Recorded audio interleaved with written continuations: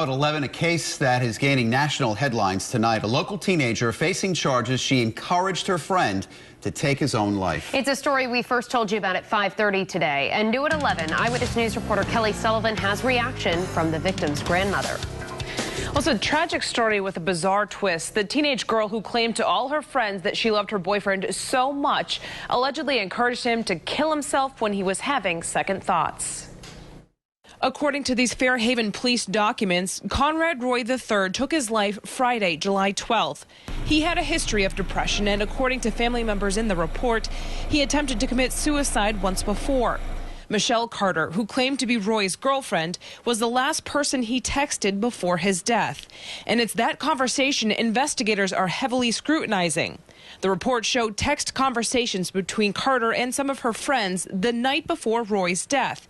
And on the 11th, a friend asks, "Did they find him?" Carter says, "Thank you for asking, but no, not yet. I'm losing all hope that he's even still alive." But before Carter responded to her friend, she texted to Roy, quote, "Let me know when you're gonna do it."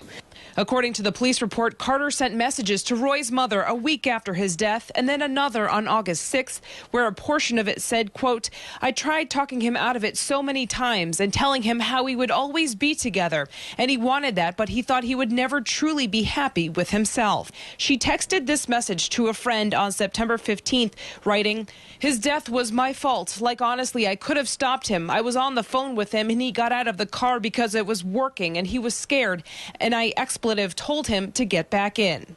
Carter's attorneys say prosecutors are overreaching by charging her with manslaughter.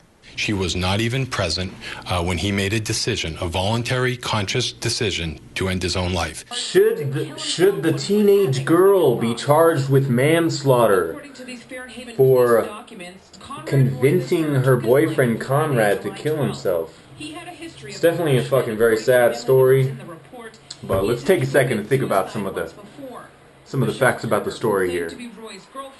One, he was on antidepressants.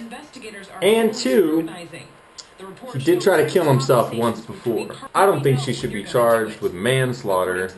He was influenced by what she thought a little bit, enough to where he was like, yeah, I'm gonna do it. But what you gotta keep in mind is antidepressants are fucking fucked. Just from, there's studies on antidepressants and the reactions they have on the brain and how they actually make you more depressed. But the fact that he was on antidepressants just did not help the situation at all. And the fact that he already tried to kill himself once before. If you ask me, this kid was gonna kill himself either way.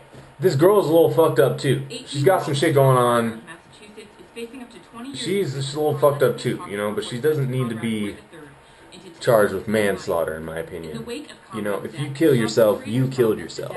I understand that everybody can be influenced by other people's decisions and other people's, what they think of you and stuff, but ultimately, he killed himself.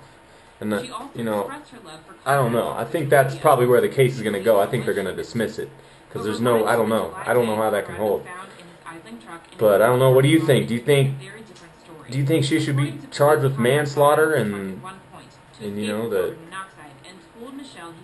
or do you think, nah, he's the one who's fucking killed himself, and even if he didn't happen to kill himself that night, he probably would have been, especially if he would have stayed on antidepressants, he probably would have been in some situation further on in life that would have made him kill himself either way.